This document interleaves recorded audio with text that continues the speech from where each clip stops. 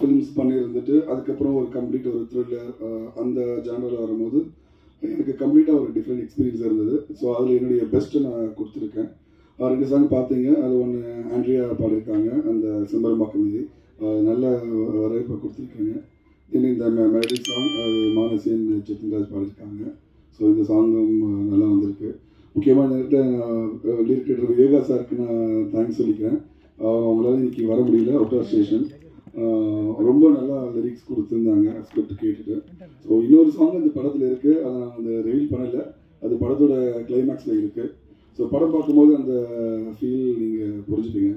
படம் வந்து ஆரம்பத்துலேருந்து ஒரு வேகத்தில் போயிட்டு இருக்கும்போது எண்டில் அந்த ரொமான்ஸோட ஒரு எண்டு இருக்கும். அது கண்டிப்பாக வந்து த்ரில்லிருந்து உங்கள் கண்ணை கலந்து வைக்கிற ஒரு போர்ஷன் இருக்குது. ஸோ அதில் எனக்கு மியூசிக்கில் ரொம்ப சேலஞ்சாக இருந்தது. நிறைய ஒரு கிராஃப் இருந்தது, ஒரு சஸ்பென்ஸ், த்ரில்லர், லவ், திரும்ப அப்படி மாறி மாறி மாறி இந்த கிராஃப் இருந்தது. ஸோ அதில் என்னுடைய பெஸ்ட்டை நான் கொடுத்துருக்கேன்னு நினைக்கிறேன்.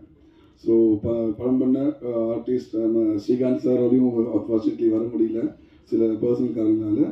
ஸோ இப்போ பிரியங்கா வந்திருக்காங்க, 2 ரொம்ப நாளாக பண்ணியிருக்காங்க. ஒன் மோர் கேரக்டர் நிகாரிக்கா அவங்க பண்ணியிருக்காங்க. யுவராஜ் அவருடைய கேமரா சூப்பராக இருந்தது. தினேஷ் மாஸ்டர் நல்லா சப்போர்ட் பண்ணியிருக்காங்க. ஸ்டன் மாஸ்டர் அவங்களும் வண்டர்ஃபுல்லாக பண்ணியிருக்காங்க. எஸ்பெஷலி கிளைமேக்ஸ் ஃபைட்லாம் உங்களுக்கு சூப்பராக இருக்கும், நீங்கள் என்ஜாய் பண்ணுவீங்க. அந்தளவுக்கு நல்லா பண்ணி கொடுத்துருக்காங்க. ஸோ ஹோல் டீமுக்கு, என்னோடய டீமுக்கு நான் வந்து ஃபஸ்ட்டு கங்க்ராட்ஸ் சொல்லிக்கிறேன்.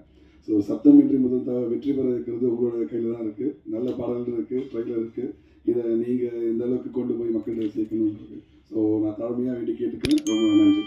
Thank you so much. ஒரு சான்ஸ் கொடுத்தாரு. ஏன்னா ஆல்ரெடி தீங்கிரேன்னு ஒரு படம் ஒர்க் பண்ணியிருந்தேன். அது மூலயமா எனக்கு ஸ்ரீகாந்த் சார் இன்ட்ரோ ஆனார். ஸோ அது மூலயமா தான் இந்த படம் கிடச்சிது. So first thanks to Srikanth sir.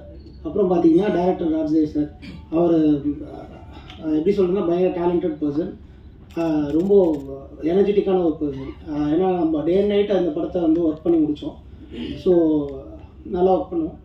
And one more thing வந்து எல்லாருக்கும் டீம் எல்லாருக்குமே தேங்க்ஸ். அண்ட் ஜேபி சார் வந்து நல்லா பயங்கரமாக ப்ரொமோஷனுக்கான விஷயங்கள், லொக்கேஷன் கிடைக்க பர்மிஷனுக்கான விஷயங்கள் எல்லாமே நல்லா ஒர்க் பண்ணோம். அண்ட் மோரோவர் வந்து சாங் வந்து 2 சாங்குமே வந்து ஒரு வீட்டுக்குள்ளே ஒரு ஹாலில் எடுத்த சாங். ஸோ அது வந்து ரொம்ப சேலஞ்சிங்காக இருந்தது. ஒரு சாங்கை வந்து ஒரு ஹால்குள்ளே பண்ணும்போது பிளாக் சாங் உங்களுக்கு வந்து கம்மியாக இருக்கும். ஸோ அதில் வந்து தினேஷ் மாஸ்டர் வந்து பயங்கரமாக பண்ணியிருந்தார். அண்ட் மோரோவர் வந்து ஜுபின் சார் ரொம்ப பியூட்டிஃபுல்லாக மியூசிக் பண்ணனால அது ரொம்ப நல்லா வந்திருக்கு. அவுட்புட்டு படமாகவும் நல்லா வந்திருக்கு. அண்ட் பிரியங்கா ரொம்ப சூப்பராக நடிச்சிருக்காங்க. ஸ்ரீகாந்த் சார் நல்லா நடிச்சிருக்காங்க. நிகாரிகா எல்லாருக்குமே நல்லா வந்திருக்கு படம். So thank you so much. இந்த படத்தை நான் இயக்கியிருக்கிறேன். என்னுடைய இந்த கதை சொன்ன விதம் நான் யோசித்து கொண்டு தான் இந்த படத்தை நான் ஆரம்பித்தேன். நாம் வந்து ஒரு த்ரில்லர் ஜோனில் இருக்கும். இதில் வந்து முதலில் ஆரம்பத்தில் இருந்து கடைசி வரை சீட் எட்ஜ் த்ரில்லர் என்ற வகையில் இதை அமைக்க வேண்டும் என்று தான் இதனை ஆரம்பித்தேன். அவ்வாறே அந்த கதை எழுதும்போதும் எவ்வளவு சேலஞ்ச் இருந்ததோ அதே அளவுக்கு படம் நான் எடுக்கும்போதும் எனக்கு அந்த சேலஞ்ச் இருந்தது. ஏனென்றால் இதில் வந்து ஸ்லாக்னஸ் ஆர் போரிங் அந்த மாதிரி ஒரு இதுவே இருக்கக்கூடாது என்ற ஒரு எண்ணத்தில் தான் இந்த படத்தை நான் இயக்கினேன். இதில் நமக்கு முதலில் நான் இந்த கதையை முடித்தவுடன் இது ஒரு டார்க் ஷேட், அதாவது ஹீரோ வந்து ஒரு டார்க் ஷேடில் இருப்பார். இந்த மாதிரி ஒரு ஹீரோ வேண்டும் என்று நினைத்தால் நிறைய ஹீரோக்கள் இருக்கிறார்கள்.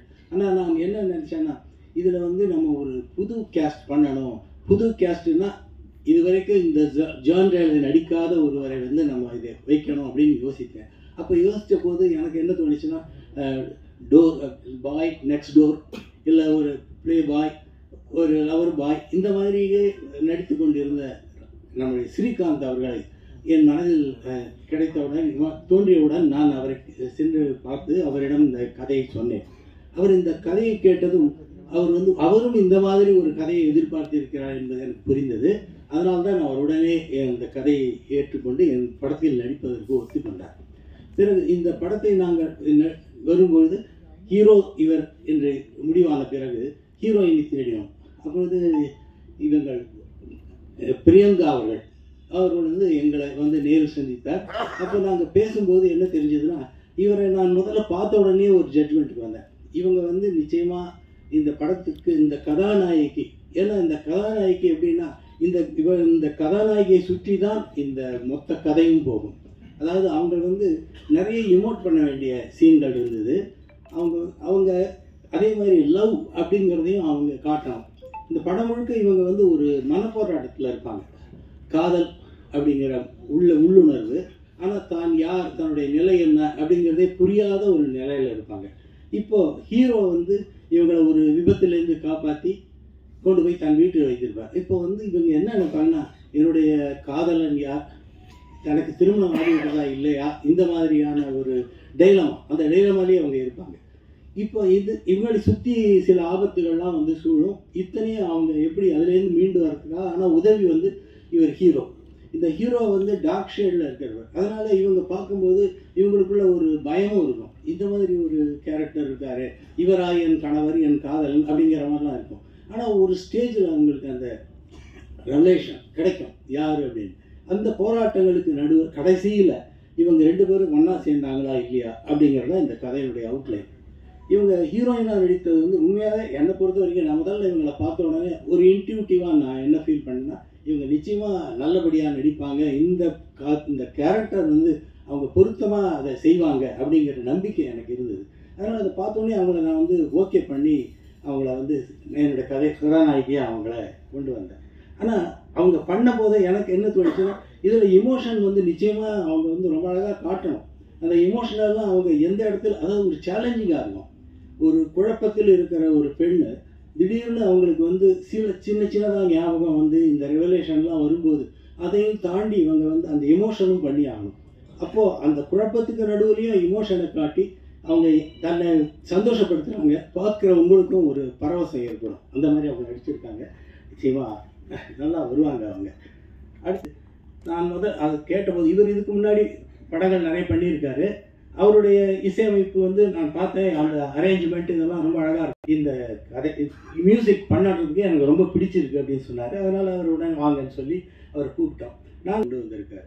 சாங் 2மே பார்த்தீங்கன்னா வேறு வேறு சிச்சுவேஷனில் இருக்கும். அதாவது முதல் சாங்கு வந்து ஒரு ஒரு அதாவது ஒரு காமும் லஸ்ட்டும் உள்ள ஒரு சாங்கு. ஆனால் அதை நாங்கள் எந்த அளவுக்கு லிமிட்டாக பண்ணோம் அந்த மாதிரி தான் பண்ணியிருக்கோம். நீங்களே இப்போ பார்த்தீங்க, உங்களுக்கும் அது பிடிச்சிருக்குன்னு நினைக்கிறேன். செகண்ட் அந்த சாங் பண்ணியிருக்காரு பாருங்கள், அது வந்து அந்த இமோஷன் ஒரு பெண்ணுடைய மென்மையான மனசு என்ன அப்படிங்கிறது காட்டுறதுக்காக தான் அவர் அந்த வீணையை அதில் கொண்டு வந்தார். அந்த வீணை வந்து ரொம்ப அழகாக இருக்குதுன்னு நான் நினைக்கிறேன். அதே மாதிரி நீங்களும் அதை நிச்சயமாக என்ஜாய் பண்ணியிருப்பீங்க. எனக்கு அது ரொம்ப பிடிச்சிருந்தது தான் எங்களுக்கு. அதனால் இந்த மியூசிக்கு, எடிட்டிங், இவங்களுடைய கோஆப்ரேஷன், ஹீரோவை பற்றி நான் சொல்லவே தேவையில்லை. அவர் வந்து 22 வருஷத்துக்கு மேலே அவர் வந்து நடிச்சுக்கிட்டு இருக்கார். ஒரு வந்து நிச்சயமாக உங்கள் ஆடியன்ஸ் உள்ளே வந்தாலும் சரி, உங்களுக்கு முதல்ல எனக்கு பிடிக்குங்கிற நம்பிக்கை இருக்குது.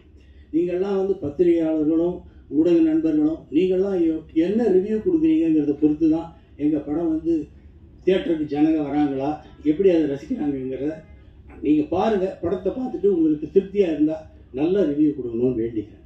நீங்கள் எல்லோரும் இந்த படத்தை வந்து ப்ரொமோட் பண்ணுறது விதத்தில் தான் எங்களுக்கு வந்து வெற்றி கிடைக்கும். இது மாதிரி ஒரு நல்ல படங்களை கொடுக்கணும் அப்படிங்கிற எண்ணத்தோடு தான் நாங்கள் இருக்கோம். அதே மாதிரி அடுத்த படமும் எங்களுக்கு ஒரு நல்ல படமாக அமையும் அப்படின்னு நான் நம்புகிறேன்.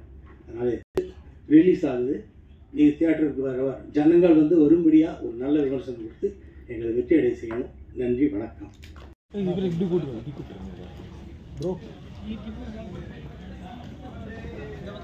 ஆமாம் ஆமாம்